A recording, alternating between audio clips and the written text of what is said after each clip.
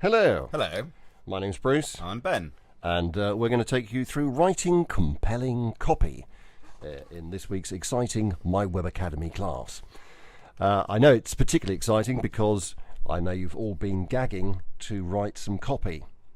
And this is because when business owners first want to do something with their website, they can't wait to go and write some copy without actually having done any of the research first to know what key phrases they want to use, what their target market is after, and all that good stuff. So now that we've done that, we can get on and write some copy. Hurrah!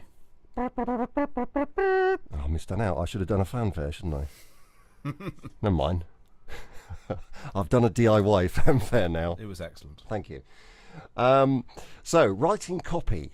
Don't agonise over your copy because pretty much no one will ever read it. Why is that then? Well, that is because, I'm glad you asked, people are incredibly intolerant on the internet. Well, you are anyway.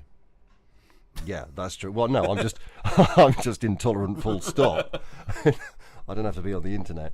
But why are surfers intolerant?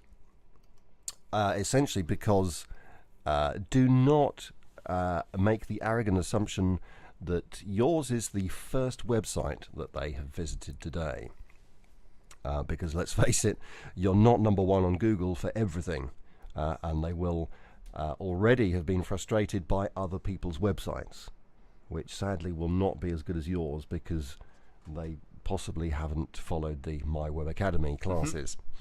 So let's examine, why do people use the internet? Well, it's for one of three reasons, and that is getting the solution to a problem, and this includes making a purchase. They may be researching, and this may be for academic reasons, or they may be researching because they know that they want to buy something and they will be coming back and making a purchase. Or people just want to be plain old entertained. And the last bullet point of my three, Ben made me put this one in. Why did you want this one to go? Interest. Yes. Well, if you want to be just reading a newspaper or reading someone's blog, or just for just plain interest, not necessarily entertainment as such, but it's not research, so it's a more generic. I'm going online to read something that interests me. Okay, I would argue that's entertainment, but we'll leave that and move on. Visitors want to know, what do you sell? So get to the point. You can always Are you go. going to? No, clearly not. Why break the habit of a lifetime? So get to the detail later. And do you sell? Which seems like a bit of a strange thing to say, but I would like to. I'd just like to show you an example. I'm trying to work out how many years ago it is. I had a phone call. A long time And ago. it's a long time ago. At least 5 years ago. So I had a phone call from a company. I've blocked out their name on this example, saying we sell this belt on our website, but not many people are buying. Why is that? And I gave them the benefit of my expertise, and about 5 years later on, they still haven't changed the website because this is a screen capture I did yesterday. And it starts off by saying, still suffering with your back, ... And then they say, I don't know if you can read this on the video, here's some information that could be invaluable to you. So basically, they're setting up this page as an informational resource. Okay, it's blue, it's got this sort of graph paper background, it's a bit researchy, it's a bit, like it could be somebody's research paper or something. And then even when we move further down the page and we have a photograph of this back support belt, there are still no clues that you can actually buy the thing. And we've got yet more reams of text.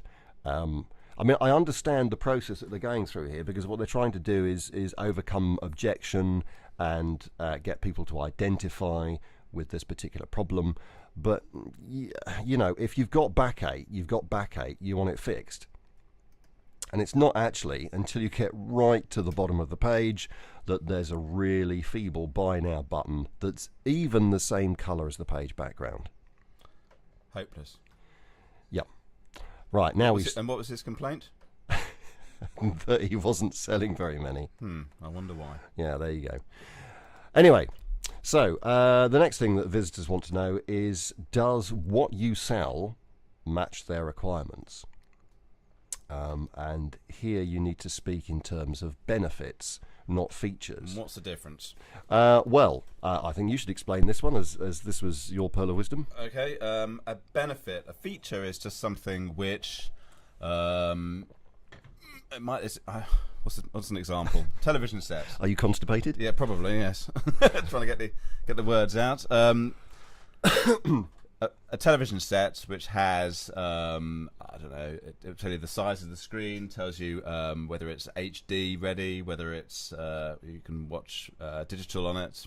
All those sort of things. Those are features. They don't actually describe what the benefit is to the customer.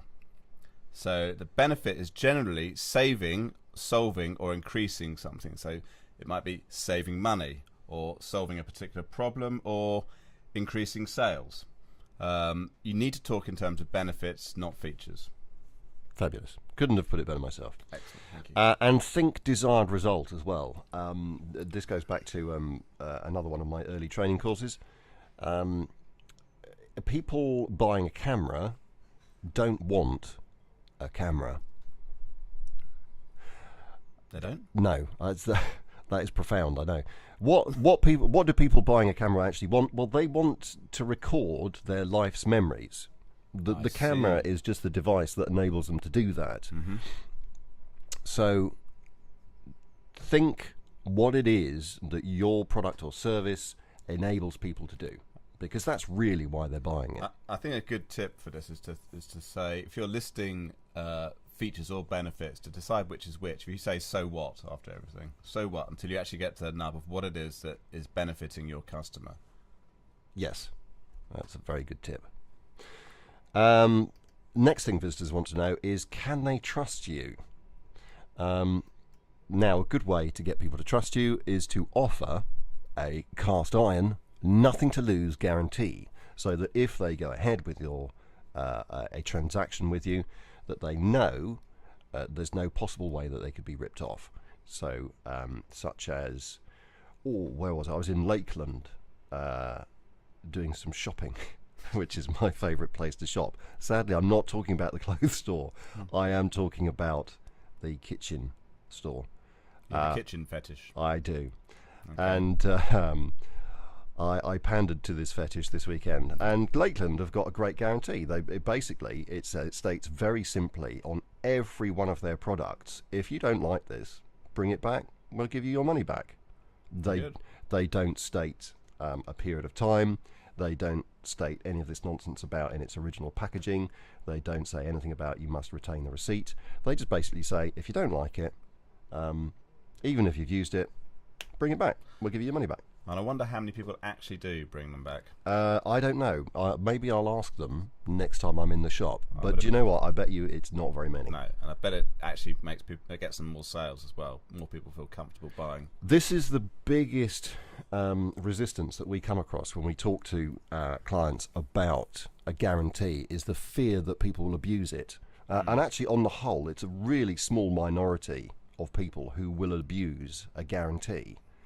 And usually you can spot them a mile off and refuse to sell to them in the first place. Yeah, and possibly. It's hugely outweighed by the number of sales it brings you. Exactly, and this is the point, is that any freeloaders that you do attract are far outweighed by the additional customers, genuine bona fide punters that you get through the door, albeit a metaphorical internet door with a nice welcome mat. Testimonials are great because they're basically people saying, I bought from these people. They're fantastic. Use them. You won't regret it. And to have somebody on video, thank you, have somebody on video saying to camera, hello, this is me, my name's Bruce. I had to think about that. Yeah. Oh. And I was trying to think of a random name. And I thought, do you know what? I already have one. I'll just use that. But yeah, to have somebody looking into camera, looking down the lens and saying, yeah, I used Acme Miracle products, and I'm now 6 foot tall and handsome. That would be a miracle product, wouldn't it? You know, very compelling. Right, let's move on. Industry associations, awards, certification, qualification, anything like that, anything that's got an official looking stamp on it, anything that says that you must have passed some criteria to be a member, anything like that. And particularly, there are so many websites now like Checkatrade, that sort of thing, where people can vote on you and give feedback on your service. So if you're a member of one of those, make sure you put it on your website so people can go and check you out. And all these things just build your credibility and authority. Absolutely. Each one of these is a psychological tick, and the more ticks you get, the more likely somebody is to go ahead with the purchase. Interestingly, just a little note on design, which we're covering next week. Research shows that people who don't invest in design are much more likely to have to compete on price, but also people who have bothered to go for a good quality design, their customers will very often be so reassured by the quality of the design. This sounds remarkable, but it's been proven in trials that they will actually forego security checks, and this whole can they trust you hurdle is crossed so much quicker just because the website has a really nice design. Sounds bizarre, but it's true. Visitors want to know, is the price right? Come on down. Can they That get dates it? you. Oh yeah, doesn't it? Can they get it cheaper elsewhere? Because the thing about internet shopping is that there's no traipsing around shops. There's no driving to the next town to see if it's cheaper. It's just there. It's all at your fingertips, and it's so easy to go and check out the competition. So price can make a huge difference. I mean, we found this on one of our online businesses, that you only have to be on a product that's a few £100. You only have to be, you know, a £5 cheaper, £1.50 cheaper, and that makes the difference. Although, interestingly, we sold a product last night.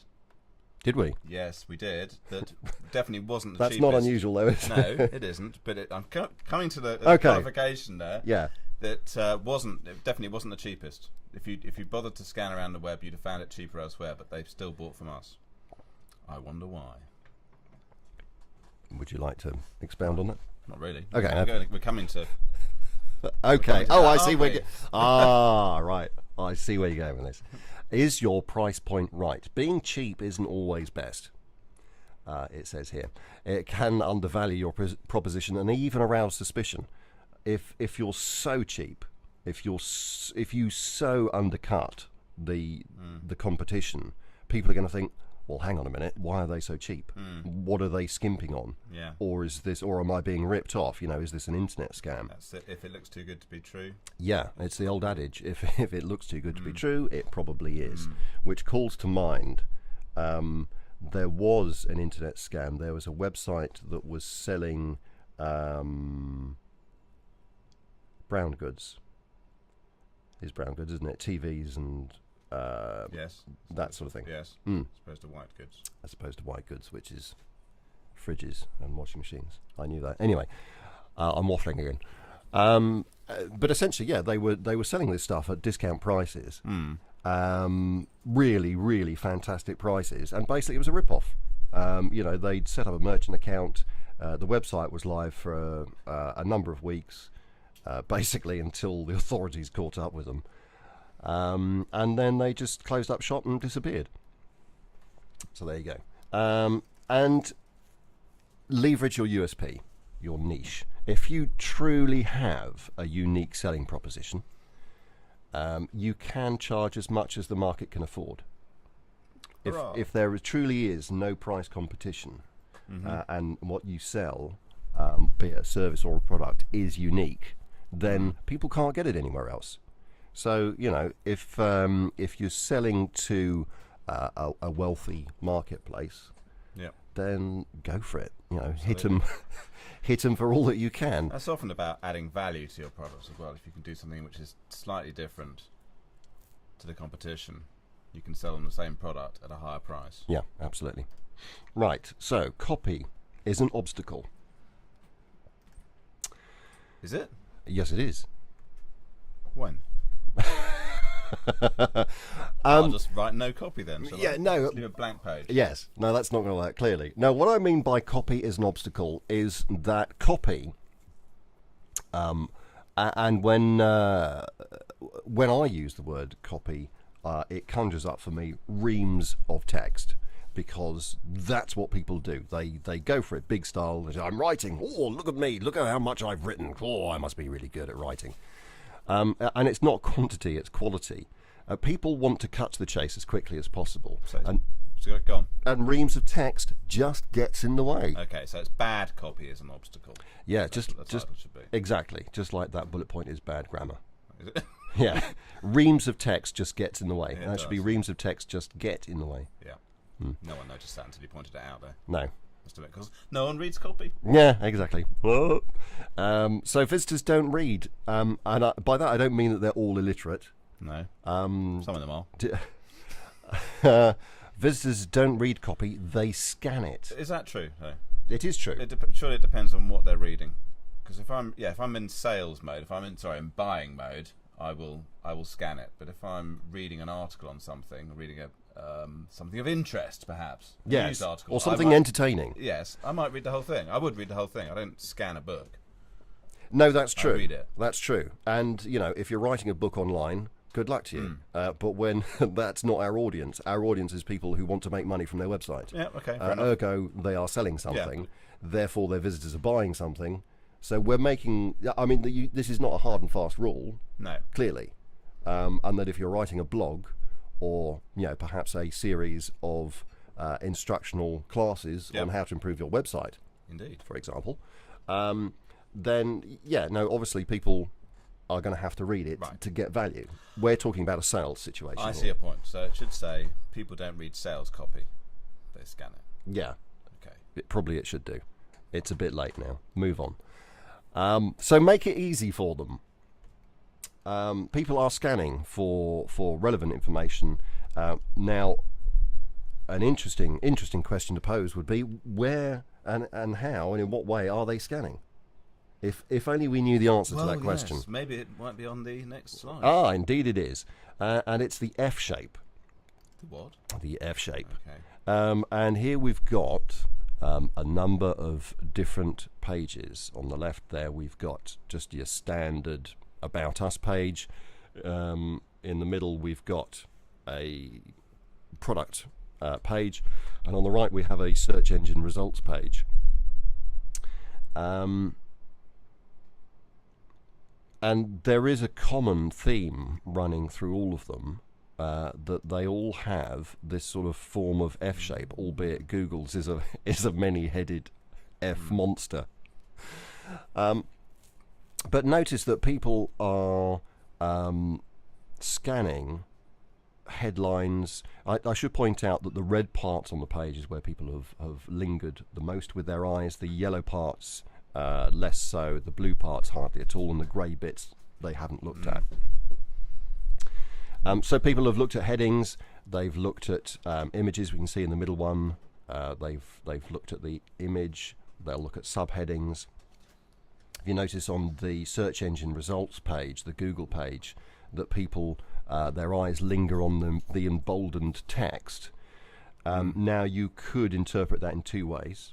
Firstly, that it's the fact that it's bold that they're looking at it, or that because Google emboldens the search term that was entered,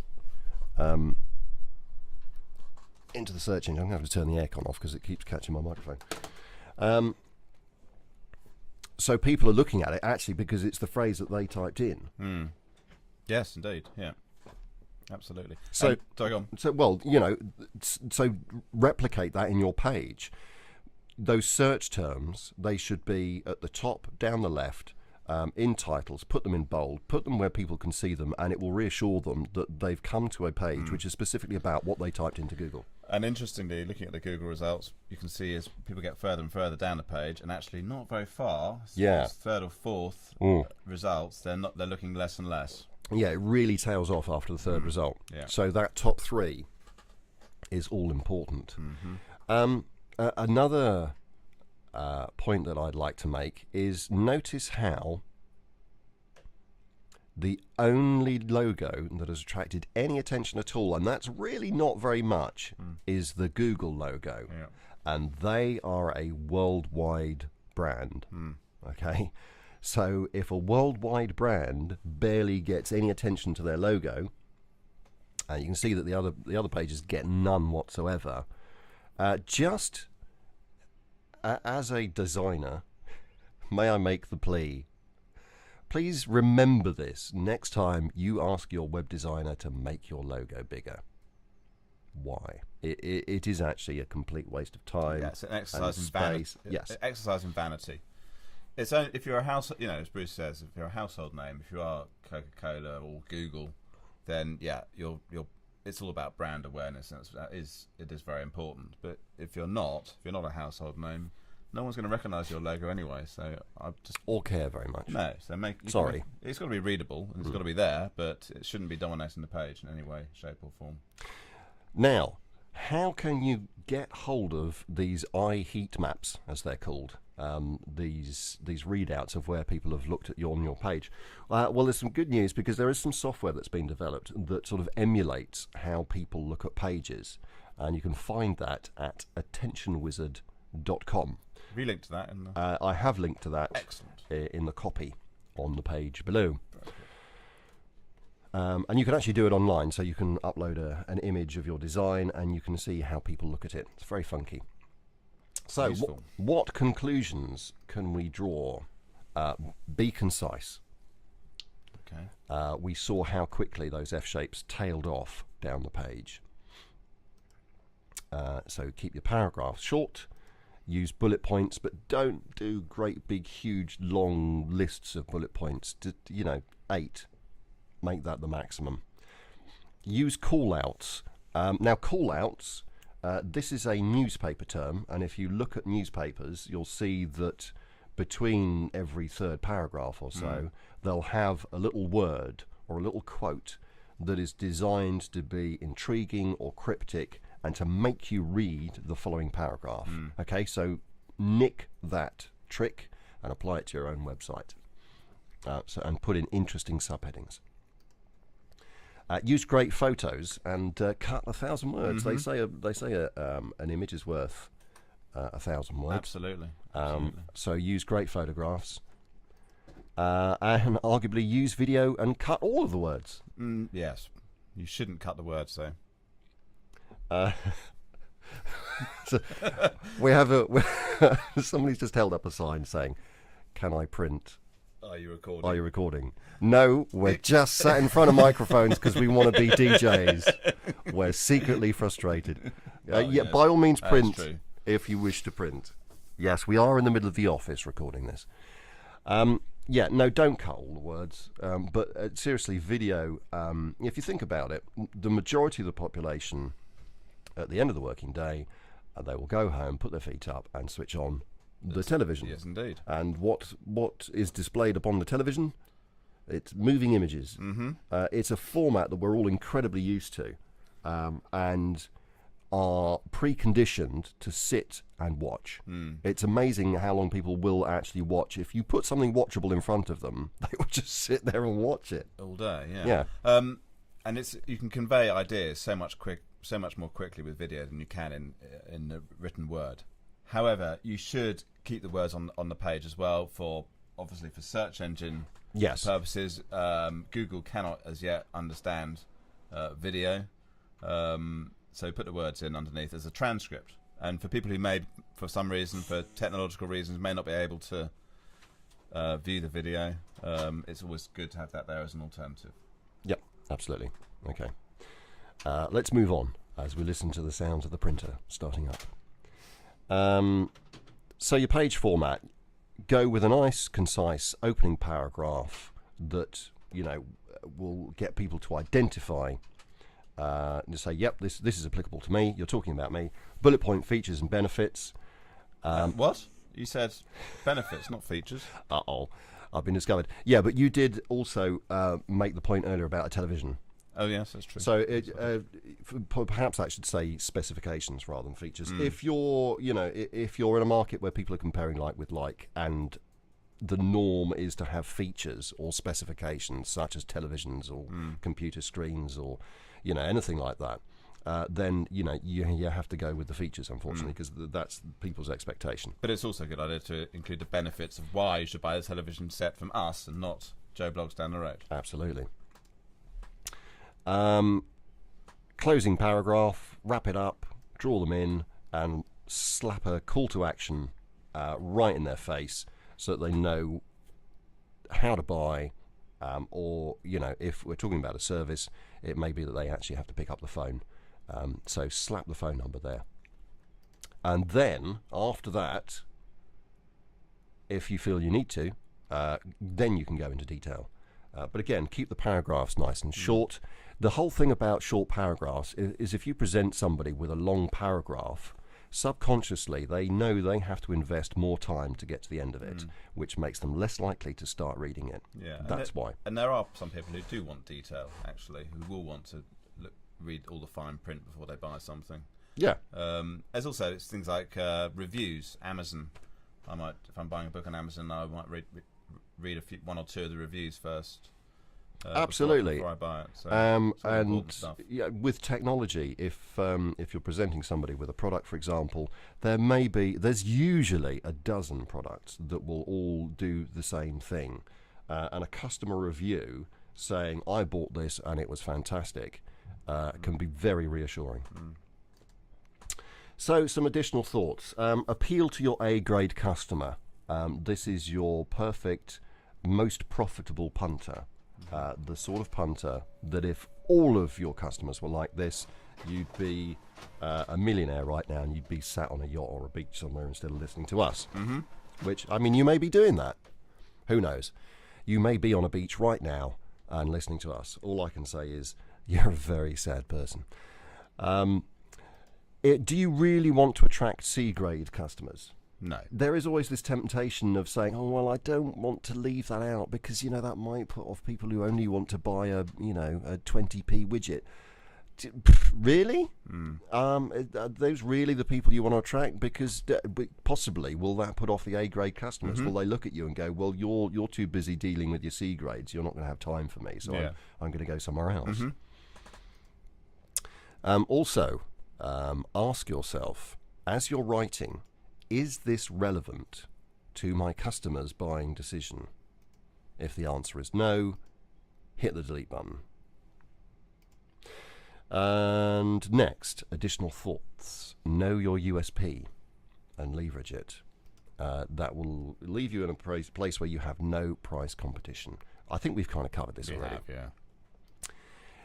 Don't use industry jargon. I will say that again. Don't use industry jargon. And don't use acronyms or abbreviations because they can have multiple meaning depending on the industry, and people can misunderstand you. Like SEO, for example. Search engine optimization. I think is that what that is? It is, yes. It is. I never knew that. Yes, so there are very few instances where your customers will understand it. Let's move on. Additional thoughts. AIDA. The marketing standard. The marketing standard. Yeah, this has been around for donkey's years, and it stands for attention, interest, desire, and action. So attention could come in the form of a headline or an image, usually. That's usually the first image grabber there is a statistic that says that 70% of your sale in a display ad is your headline. That's how important your headline is. And that's because it's getting people's attention. If you don't get people's attention, then they don't read the rest of the ad or don't look at the rest of the ad. Interest is intended to make people stick around. I'm personally not a huge fan of interest. Well, I've gathered that so far. You're saying I'm not interested? I didn't say that. We nearly had the first expletive on My Web Academy then. I would argue just desire. Just move straight onto the desire. If you get desire, if you get people to if you make them really want it, then you've done it. All you've then got to do is to convince people that they won't get ripped off. So we're back to the security thing here and making them feel safe. If you can get the desire right. Security, that doesn't fit in. I know. I'm sorry. Where did that come from? I'm sorry, the Chartered Institute of Marketing. I did do the course, honest. So you're adding your own thing to this marketing standard. I am. Your own yes, to this marketing standard, I've completely redesigned it because obviously I know better. So I don't think it should be ADA. I think it should be ADSA. Okay. So why? What's security? What do you mean? Security. This is the whole thing about it. If you can get the desire right, it goes back to the point I made in a previous My Web Academy class, is that if you can create desire, that's the majority of the sale. That it's the heart that makes the buying decision. The head then kicks in and says, well, hang on a minute, are we being ripped off here? Are we paying the right amount of money? Yada yada yada. So if you can get the security bit right, so that the head will then give the heart permission to buy, right, you've nailed the sale as far as I'm concerned. Gotcha. And then last of all, action. And that's a good, compelling call to action. Let people know actually how to buy and what is expected of them. So hurrah! Hooray! Homework time. And go on, write some copy. You know you want to. We know you've been gagging to write copy for some weeks now, and now we're going to let you. Which only leaves next week's episode, next week's class in My Web Academy, where we will be looking at design and layout basics. So enjoy writing your copy. And we'll catch up with you next week. Until then, it's goodbye from me. And it's goodbye from him. I think somebody's already used that. Oh, damn.